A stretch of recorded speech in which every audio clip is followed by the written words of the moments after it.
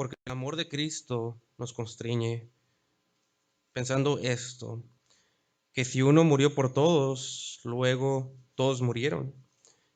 Y por todos murió para que los que viven ya no vivan para sí, sino para aquel que murió y resucitó por ellos. Oremos. Señor, esta tarde venimos delante de ti, Señor, con gran reverencia, reconociendo que somos personas débiles, hombres débiles, porque tenemos un gran Salvador, quien se entregó por nosotros. Háblanos por tu palabra, edifica a los santos, en el nombre de Jesús. Amén. Esta tarde estaremos viendo el tema, el título de la predicación es ¿por quién murió Cristo en la cruz? ¿Por quién murió Cristo en la cruz? ¿Murió por todas las personas que han existido en la historia del mundo? La semana pasada vimos que a Pablo el amor de Cristo lo controlaba para servirle en el ministerio. Y este amor de Cristo que motivaba a Pablo no era un amor genérico. Es decir, Pablo no era motivado la idea de que Cristo murió potencialmente o generalmente en la cruz, sino que Pablo era motivado, era controlado por el amor de Cristo, quien escogió morir en la cruz específicamente por él y por sus pecados.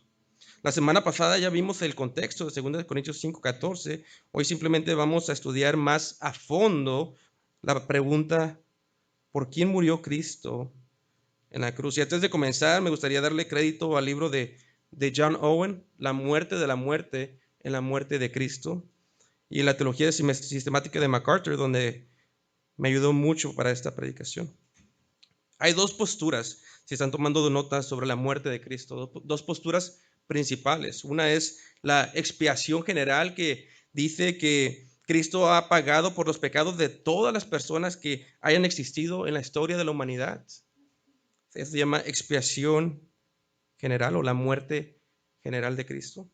La segunda es la expiación particular o la muerte particular de Cristo, muchas veces conocida como la expiación limitada de Cristo.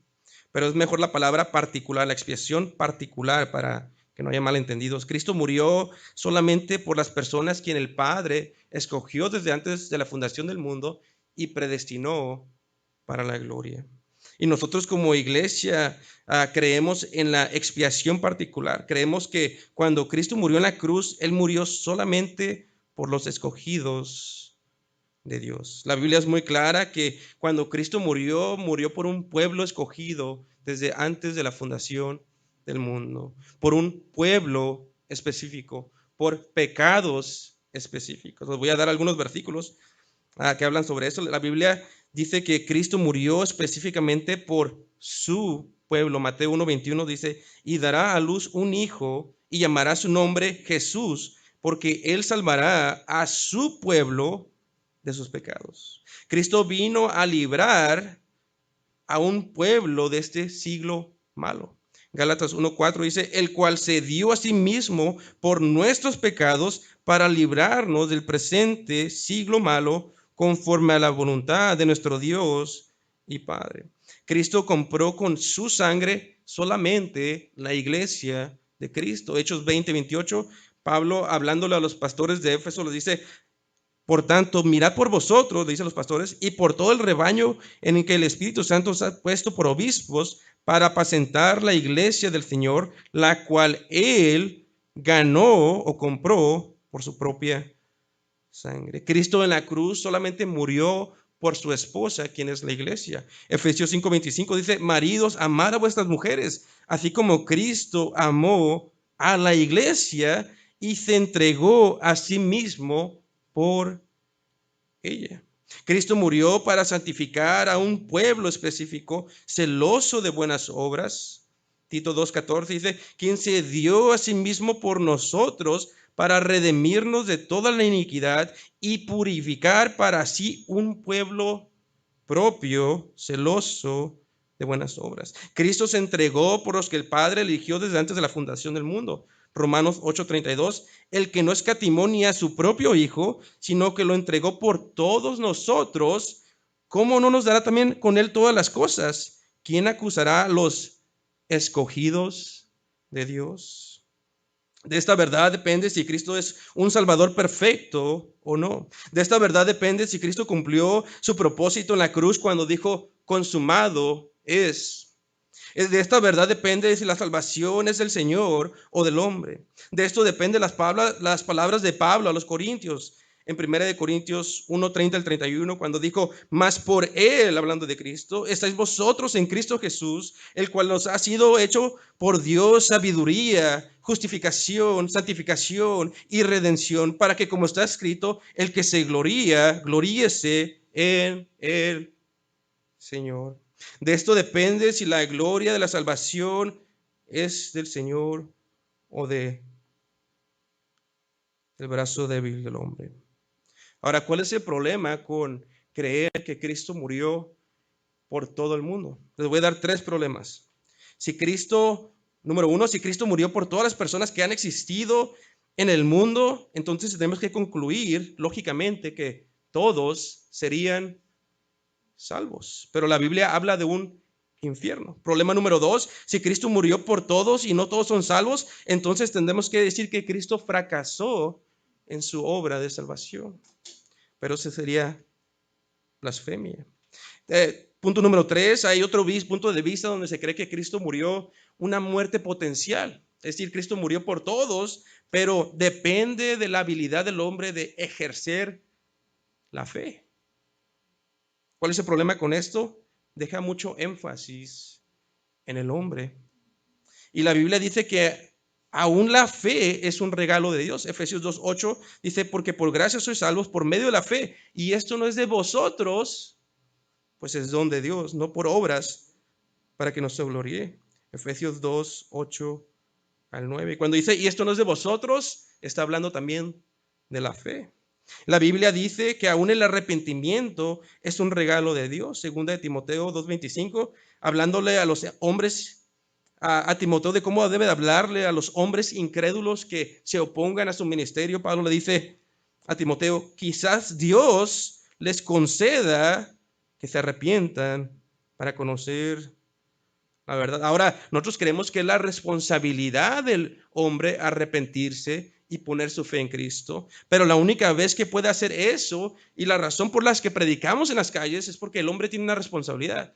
Pero cuando se arrepienten y creen es porque Dios le abrió primero los ojos. Hechos 17:30 nos dice que Dios llama a todos los hombres al arrepentimiento. Dice Hechos 17:30, pero Dios, habiendo pasado por alto los tiempos de esta ignorancia, ahora manda a todos los hombres en todo lugar que se arrepientan. Muchas veces cuando tocamos estos temas, hay hermanos muy buenos que creen diferente que nosotros, pero hay muchas emociones encontradas y algunos escogen evadir estos mensajes. Ellos dicen, ¿qué tiene que ver esto con el Evangelio? Dicen, si no tiene nada que ver con el Evangelio, ¿por qué tocamos estos temas? Y bueno, es importante este tema simplemente porque todo lo que Dios ha hablado en su palabra es importante. Y tal vez no pierda la salvación por no creer en la expiación particular, pero ciertamente está ligado con el Evangelio porque responde a la pregunta, ¿por quién murió Cristo en la cruz? La pregunta es fundamental. ¿Verdaderamente murió por ti o nomás murió potencialmente por ti?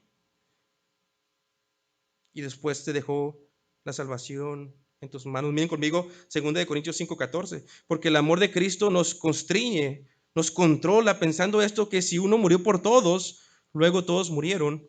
Y por todos murió para que los que viven ya no viven para sí, sino para aquel que murió y resucitó por ellos.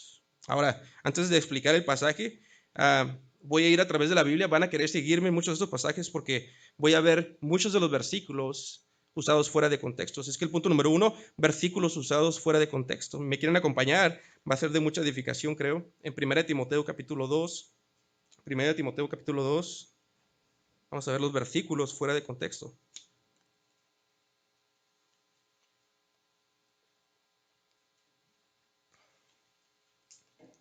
Primera de Timoteo capítulo 2, versículo 3. Dice la palabra de Dios: porque esto es bueno y agradable delante de Dios, nuestro Salvador, el cual quiere que todos los hombres sean salvos y vengan al conocimiento de la verdad. Porque hay un solo Dios y un solo mediador entre Dios los hombres, Jesucristo hombre, el cual se dio a sí mismo en rescate por todos. Una persona que cree en la expiación universal o general de Cristo, aquí dice, ven, el todo significa todos. Y sí, ciertamente una lectura superficial te diría, llegarías a esa conclusión. Pero el problema aquí es que si Cristo murió por todos, las personas que hayan existido en todo el tiempo, en toda la historia de la humanidad, ¿no serían todos salvos? Tendrías que concluir eso si eres una persona que cree en la expiación general de Cristo. Este versículo no enseña que Cristo murió por todas las personas que jamás hayan existido en la historia, sino ellos serían salvos. Si estudiamos el pasaje en su contexto, sería clave. En el contexto hay falsos maestros enseñando falsa doctrina. Hay maestros judíos y ellos hablan de genealogías judías y quieren excluir a los que no son judíos y no pueden comprobar sus genealogías. Por lo tanto, Pablo les dice que Cristo murió por todos, que es una manera de decir que Cristo murió por todo tipo de hombres y no solamente judíos. En otras palabras, la salvación no se detiene en Jerusalén, sino es para todo tipo de personas, de todo tipo de clase de personas y en todas partes y no solamente en Jerusalén. Miren conmigo el contexto en 1 Timoteo capítulo 2 y miren el versículo 1 y vean cómo no siempre el todo significa todos. 1 Timoteo 2, versículo 1 dice, exhorto, dice Pablo, y le está hablando a Timoteo, ante todo, a que se hagan rogativas, oraciones, peticiones y acciones de gracia. ¿Por qué? Todos los hombres. Ahora, ¿significa eso que Pablo le está diciendo a Timoteo que saque una lista de todos los hombres que existían en el mundo y que orara por ellos en todo tiempo? Sería absurdo, ¿verdad? E incluso él mismo define en el versículo 2 qué significa todos. Por los reyes y por todos los que están en eminencia, para que vivamos quieta y reposadamente en toda piedad y honestidad. Es decir, por todo tipo de personas en autoridad. Es el contexto de ese versículo. Otra vez viene en el versículo 5. Porque hay un solo Dios y un solo mediador entre Dios y los hombres, Jesucristo hombre. Acuérdense que hay judíos que quieren enseñar que debes de comprobar tu genealogía judía, falsa doctrina, dice, el cual se dio a sí mismo en rescate por todos, no solamente los judíos, de lo cual se dio testimonio a su debido tiempo. Todo tipo de personas, no se detiene la salvación en Jerusalén. Ahora mire, vayan conmigo al capítulo 4 y veamos otro pasaje controversial, 1 Timoteo 4, versículo 10. 1 Timoteo 4, y vienen conmigo el versículo 10. Dice, que por esto mismo trabajamos y sufrimos oprobios, porque esperamos en el Dios viviente, que es el Salvador de todos los hombres, mayormente, o también otra traducción, especialmente de los que creen. Los universalistas enseñan que Cristo es el Salvador de todos los hombres en el sentido que murió por todos los hombres. Ahora, déjenles hacer una pregunta. Si tú vas al infierno y crees que Jesús es tu Salvador, ¿es lo mismo? ¿Es lo mismo que significa que es tu Salvador en el sentido salvífico? No, es erróneo. Si no, no hubiera hombres en el infierno. Entonces, ¿en qué sentido es Jesús el Salvador, especialmente de los creyentes, pero también de todo el mundo?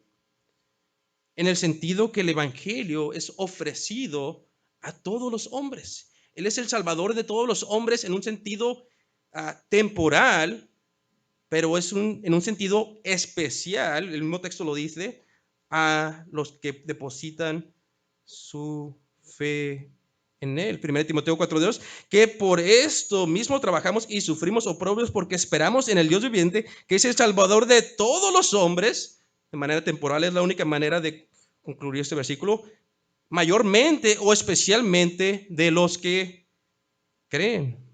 ¿Okay? Otro pasaje, Romanos 5:18, vayan conmigo a Romanos 5:18. Primero le estoy quitando los versículos a nuestros buenos hermanos, pero que creen erróneamente. Y después voy a dar un caso sobre la salvación particular. Romanos 5:18 dice, así que como por la transgresión de uno vino la condenación, ¿a quién? A todos los hombres.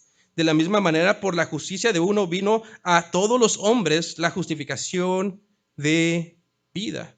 Ahora, es claro que Pablo no está enseñando universalismo. Ahora, tenemos que leer el versículo en su contexto, y el versículo 18 es claro que el todo significa todos. Miren, así que como por la transgresión de uno vino la condenación a todos los hombres pecaron, por cuanto, dice Romanos 3, por cuanto todos pecaron y están destituidos de la gloria de Dios. ¿Ok? Estamos bien hasta ahí, ¿verdad?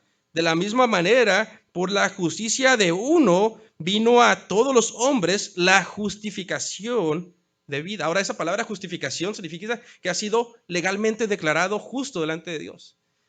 ¿Todos los hombres han sido ya legalmente declarados justos delante de Dios? No. Un poquito del contexto nos ayudaría, pero usualmente este texto se predica todos, significa todos. Y estamos errando en dividir la palabra de Dios. En el contexto hay dos representantes de la humanidad. En Adán, el cual están todos los hombres, en el cual todos hemos pecado, y ahí todo significa todos. Y en Cristo, que están todos los que han depositado su fe en Él. Para ellos, Él es nuestra justificación. Para nosotros. El mismo versículo, el mismo contexto en Romanos 5, versículo 1. Miren, Romanos 5, 1 limita el todos. Miren, justificados pues por la fe, tenemos paz para con Dios por medio de nuestro Señor Jesucristo. ¿Ven? Siempre tenemos que estudiar el contexto. El todos es limitado, ¿verdad? Hebreos capítulo 2, versículo 9, ya me lo termino con los todos. Hebreos 2, versículo 9, vayan conmigo, Hebreos 2, versículo 9. Es un versículo que hemos visto en la clase de Hebreos, si la están escuchando. Hebreos 2, 9 dice, pero vemos a aquel que fue hecho por un poco menor que los ángeles, a Jesús coronado de gloria y de honra a causa del padecimiento de la muerte, para que por la gracia de Dios gustase la muerte por todos. Esto quiere decir que gustó la muerte por todos. El siguiente versículo que nos dice, limita el todos, dice, porque convenía aquel por cuya causa son todas las cosas, hablando de Dios el Padre, y por quien todas las cosas subsisten, que habiendo de llevar muchos hijos a la gloria. Noten cómo el todos se convirtió ahora en ¿qué? Muchos. Ya no son todos, ahora son muchos. ¿Y a dónde se los va a llevar? A la gloria. Miren el versículo 11.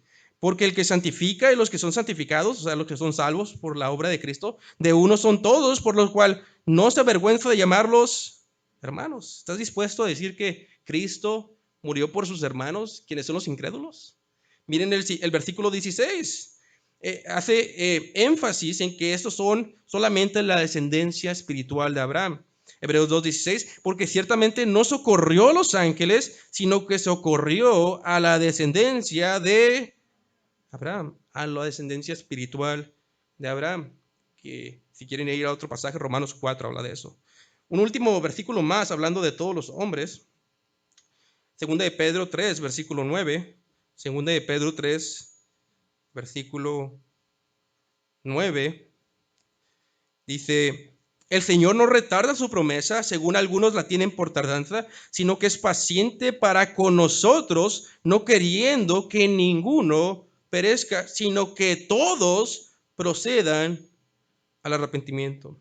Bueno, en primer lugar tenemos que entender que la Biblia misma hace distinción entre las voluntades de Dios. Para que podamos entender la totalidad de lo que Dios dice sobre su voluntad, tenemos que ver cada versículo en su contexto. Por ejemplo, hay la voluntad prescriptiva de Dios, que son, por ejemplo, los mandamientos de Dios. No matarás, no robarás, no mentirás. Esta es la voluntad prescriptiva de Dios. Esa voluntad puede ser quebrada. Cada vez que pecamos, quebramos la voluntad prescriptiva de Dios. Hay también lo que los teólogos llaman la voluntad decretada de Dios, que lo que Dios dijo desde la eternidad pasada se llevará a cabo. Y hay un versículos para hablar de eso. Por ejemplo, no vayan ahí, pero Isaías 46, versículo 9, Dios está hablando, dice, acordaos de las cosas pasadas, desde los tiempos antiguos, porque yo soy Dios y no hay otro Dios y no hay y nada hay semejante a mí, que anuncio lo por venir desde el principio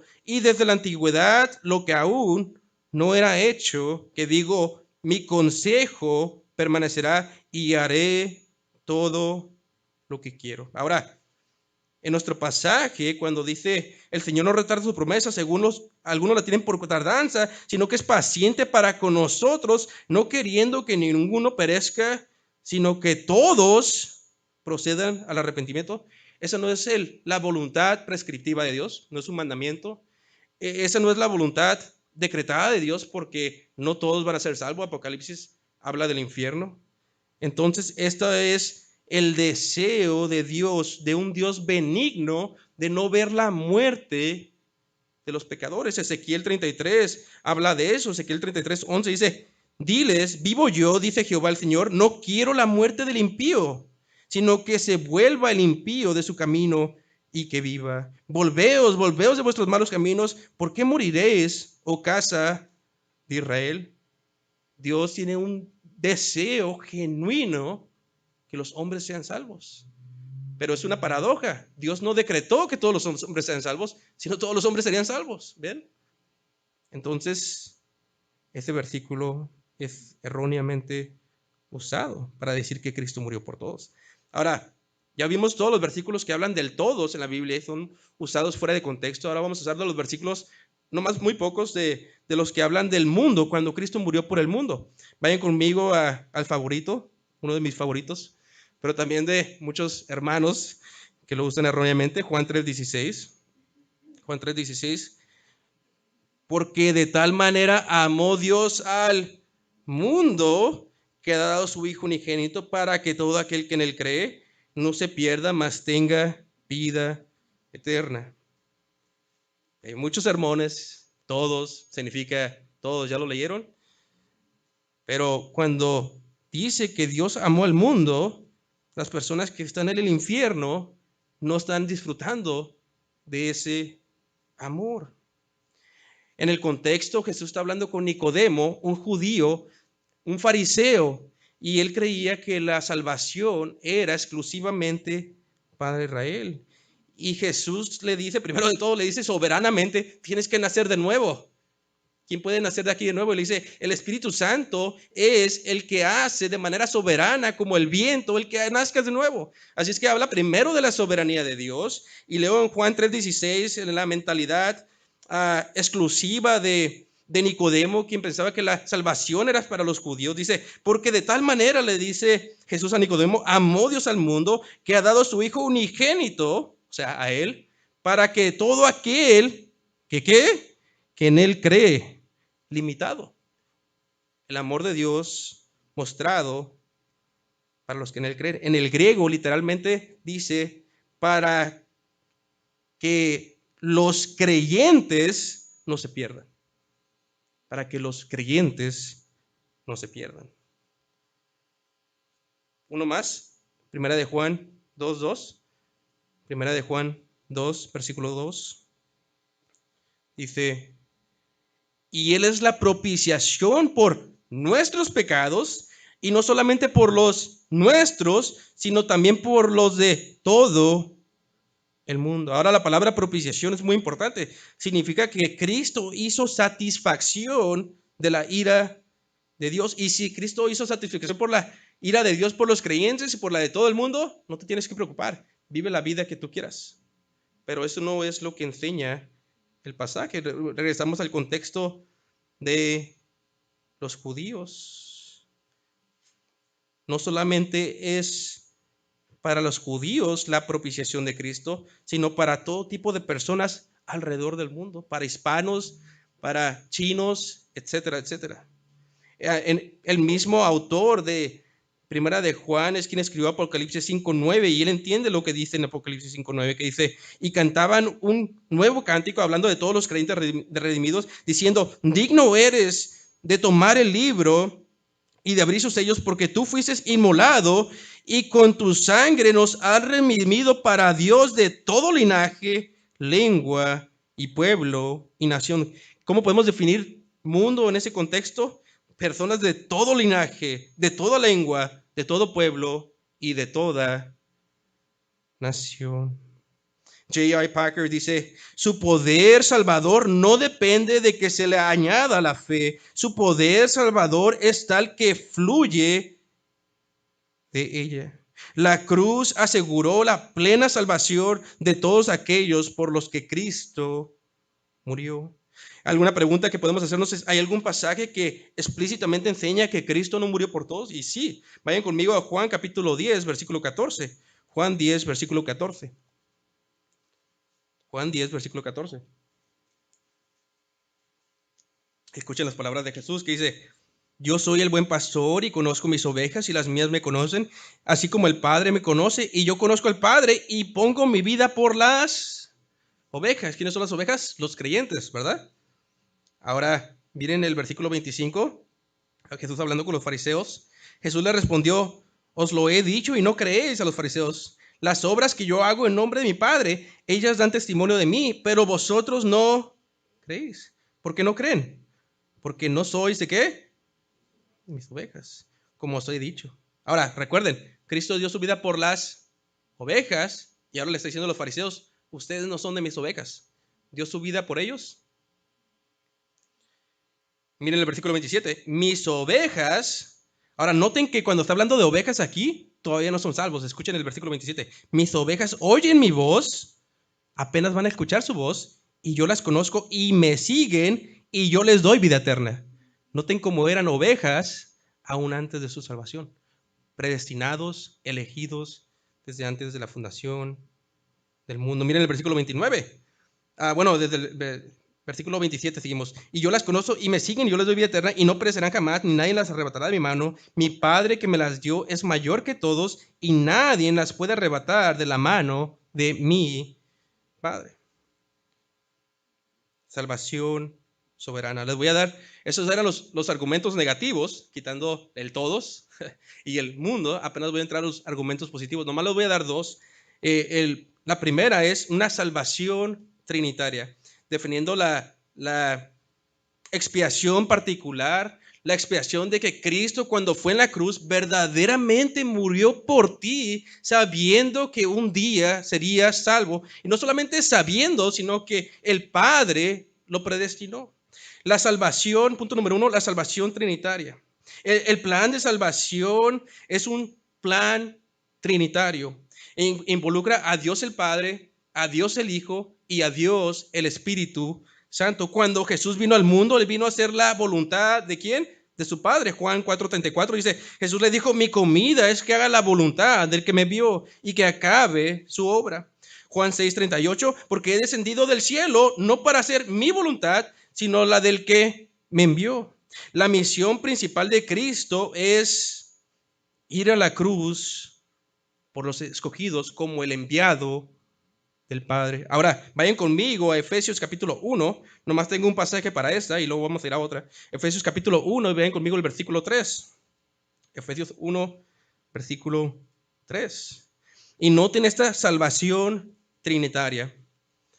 Dice, bendito sea el Dios y Padre de nuestro Señor Jesucristo. Noten que empieza con Dios el Padre y luego se va a Dios el Hijo de nuestro Señor Jesucristo, que nos bendijo con toda bendición espiritual en los lugares celestiales en Cristo, según nos que escogió en Él antes de la fundación del mundo. ¿Quién te escogió? Él primero. ¿Tú lo escogiste a Él? Pues tal vez podría decirlo que en este tiempo, pero Él te escogió a ti antes de la fundación del mundo, antes de que existiera el mundo. ¿Y quién te escogió? Fue Dios, el Padre, la primera persona de la Trinidad. ¿Y para qué nos escogió? Según nos escogió en Él antes de la fundación del mundo, para que fuésemos santos y sin mancha delante de Él. En palabras coloquiales, nos escogió para salvación desde antes de la fundación del mundo. No nomás nos escogió, nos eligió, nos predestinó. Versículo 5 dice, en amor, habiendo predestinado para ser adoptados hijos suyos por medio de Jesucristo, según el puro afecto de su voluntad, para alabanza de la gloria de su gracia, con la cual nos hizo aceptos en el amado. Aceptos en Cristo Jesús, versículo 7, en quien tenemos redención por su sangre, el perdón de los pecados, según las riquezas de su gracia. El Padre predestinó, bueno, el Padre eligió, el Padre predestinó, preparó el camino para la salvación, lo planeó todo y el Hijo vino a pagar con su sangre por esa salvación. Ahora, cuando el Padre predestinó y el Hijo vino a pagar con su sangre, vino a pagar por la sangre de los que no predestinó. ¿Predestinó a alguien que se pueda sacar esa predestinación que es para la gloria? No. ¿Cómo decimos entonces que murió por todo el mundo? Y significa que toda la gente de toda la historia. O hay un desacuerdo en la Trinidad.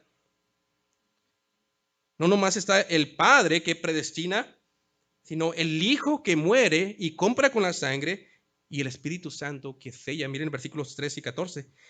En él también vosotros, habiendo oído la palabra de verdad, el evangelio de vuestra salvación, y habiendo creído en él, fuisteis sellados con el Espíritu Santo de la promesa. Padre elige, Padre predestina, el Hijo viene a morir solamente por los que predestinó en perfecto acuerdo, y el Espíritu Santo nos da vida para que veamos la gloria del evangelio. La única forma que puedes salirte de esto es como le hacen muchos predicadores. Se van al capítulo 3 y empiezan a hacer su exégesis. La Biblia, la carta a los Efesios empieza en el capítulo 1, no empieza en el capítulo 3. Y empieza antes de la fundación del mundo. Argumento número 2 y argumento, creo que es el final. La intercesión del Hijo, la intercesión del Hijo. Ya vimos que el argumento de que Cristo murió por los que el Padre predestinó. Ahora vemos el argumento de la intercesión de Jesús como sumo sacerdote por su pueblo escogido. No vayan ahí, pero en Hebreos 2:17 lo hemos visto en la carta de los Hebreos. Dice, hablando de Jesús, por lo cual debía ser en todo semejante a sus hermanos para venir a ser misericordioso y fiel sumo sacerdote en lo que a Dios se refiere para expiar o propiciar los pecados del pueblo. Aquí está haciendo referencia al día de expiación en Levíticos, donde se tomaban 2 machos cabríos. Uno de los machos cabríos era degollado y su sangre se esparcía en el lugar santísimo una vez al año por los pecados del pueblo de Israel. Esa sangre que representaba la muerte de Cristo solamente se hacía una vez al año y no era para todos, era para el pueblo de Dios. Se rociaba la sangre en el propiciatorio como un simbolismo de que se satisfacía la ira de Dios y había un segundo macho cabrío. Este macho cabrío, los hombres, el sumo sacerdote específicamente, oraba los pecados del pueblo sobre él y era desterrado ese macho cabrío que representa todos nuestros pecados llevados lejos hasta el fondo del mar por medio de la gloriosa cruz de Cristo. En otras palabras, como han dicho muchos teólogos, por los que Cristo murió, Cristo intercede. Por los que Cristo murió, Cristo solamente ora al Padre por ellos. Y no había diferencia entre la muerte del macho cabrío y la aplicación del macho cabrío en el sumo sacerdocio, como no lo hay en la muerte de Cristo por los elegidos, no genéricamente, y en su intercesión delante del Padre. Él es el que está en este mismo momento parado delante del Padre, representándonos, y no entró en un lugar en este mundo, no entró al lugar santísimo como sombra de este mundo, entró al lugar santísimo delante de su Padre para representar a un pueblo escogido, predestinado, elegido desde antes de la fundación del mundo para orar por nosotros. Hebreos 9:24 dice, porque no entró Cristo en el santuario hecho de mano, figura del verdadero, sino que en el cielo mismo para presentarse ahora por nosotros ante Dios. Y me estás diciendo que cuando se para e intercede delante de Dios el Padre, está orando por si a ver si algunos responden. Está haciendo intercesión potencial a ver si el Padre le responde por todas las personas del mundo y le ha negado una petición Dios el Padre a su Hijo. Eso es disminuir la gloria y el poder del Evangelio. Vayan conmigo, ya casi termino, Romanos 8, pero no se van a querer perder esto. Romanos capítulo 8, miren el versículo 28, Romanos 8. Me quedan 2 pasajes más, Romanos 8 y uno más. y va a ser de bendición si me siguen. Romanos 8, versículo 28 dice, y sabemos que los que aman a Dios, todas las cosas les ayudan a bien. Esto es lo que conforme a su propósito son llamados. Porque a los que antes conoció, también los predestinó para que fuesen hechos conforme a la imagen de su Hijo, para que Él sea primogénito entre muchos hermanos. Y a los que predestinó, eso también llamó cuando escuchamos la voz del buen pastor, cuando escuchamos el Evangelio. Y a los que llamó, a estos también justificó, nos salvó, nos declaró legalmente justos por medio del mérito de Cristo. Y a los que justificó, a esos también glorificó. Antes conoció, amó de antemano, predestinó, llamó, justificó, y ya estamos en la gloria para Él. Una salvación perfecto. Versículo 31 dice, ¿qué pues diremos a esto? Si Dios es por nosotros, hablándole a la iglesia en Roma, hablándole creyentes, ¿quién contra nosotros? El que no escatimó ni a su propio Hijo, sino que lo entregó por todos nosotros, ¿cómo no nos dará también todas las cosas? ¿Quién acusará a los escogidos de Dios? Dios es el que justifica. ¿Quién es el que condenará? Cristo es el que murió, más aún el que también resucitó, el que además está a la diestra de Dios, el que también intercede por nosotros, el que también ora por nosotros. Y luego está ese pasaje que a todos nos encanta y vemos la soberanía de Dios y cómo Él asegura la salvación de los elegidos. Romanos 8:35, ¿quién nos separará del amor de Cristo? Una muerte por su pueblo escogido, una intercesión por su pueblo escogido, por los escogidos de Dios. ¿Quién nos separará del amor de Cristo? Tribulación o angustia o persecución o hambre o desnudez o peligro o espada, como está escrito, por causa de ti somos muertos todo el tiempo, somos contados como ovejas de matadero. Antes en todas las cosas somos más que vencedores por medio de aquel que nos amó, por lo cual estoy seguro que ni la muerte, ni la vida, ni ángeles, ni principados, ni potestades, ni lo presente, ni lo porvenir, ni lo alto, ni lo profundo, ni ninguna otra cosa creada nos podrá separar del amor de Dios que es en Cristo Jesús, Señor nuestro. Esta no es una muerte potencial, esto es una muerte que aseguró la salvación hasta la gloria, que aún el mismo infierno no te puede quitar la salvación, ni tú mismo te la puedes quitar. Último pasaje, Juan 17. Juan 17.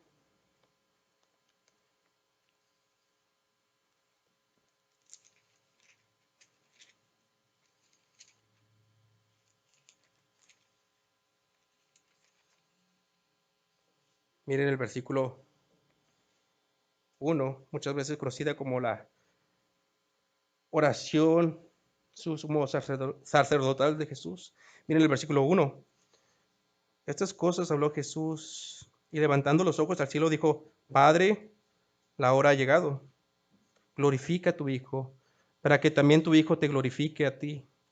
Como le has dado potestad sobre toda la carne, para que dé vida eterna a todos los que le diste. Y esta es la vida eterna, que te conozcan a ti, el único Dios verdadero, y a Jesucristo, a quien has enviado. Yo te he glorificado en la tierra, he acabado la obra que me diste que hiciese. Ahora pues, Padre, glorifícame a tu lado, al lado tuyo, perdón, con aquella gloria que tuve contigo antes que el mundo fuese. He manifestado tu nombre a los hombres que del mundo me diste, tuyos eran y me lo diste, y han guardado tu palabra, y ahora han conocido que todas las cosas que me has dado proceden de ti, porque las palabras que me diste les he dado, y ellos recibieron, y han conocido verdaderamente que salí de ti, y han creído que tú me enviaste. Mira el versículo 9. Yo ruego por ellos, no ruego por el mundo, sino por los que me diste, porque tuyos son. Ahora, si no ora por el mundo, y el mundo significa cada persona que ha existido en la historia del mundo, entonces no ora por ti. Pero si ora por un grupo escogido, como dice ahí, y no ora por el mundo, nos dice que su intercesión y su muerte fue por ti. Miren el versículo 20, cuando literalmente ora por ti, tiempo presente, más no ruego solamente por estos, sino también por los que han de creer en mí por la palabra de ellos.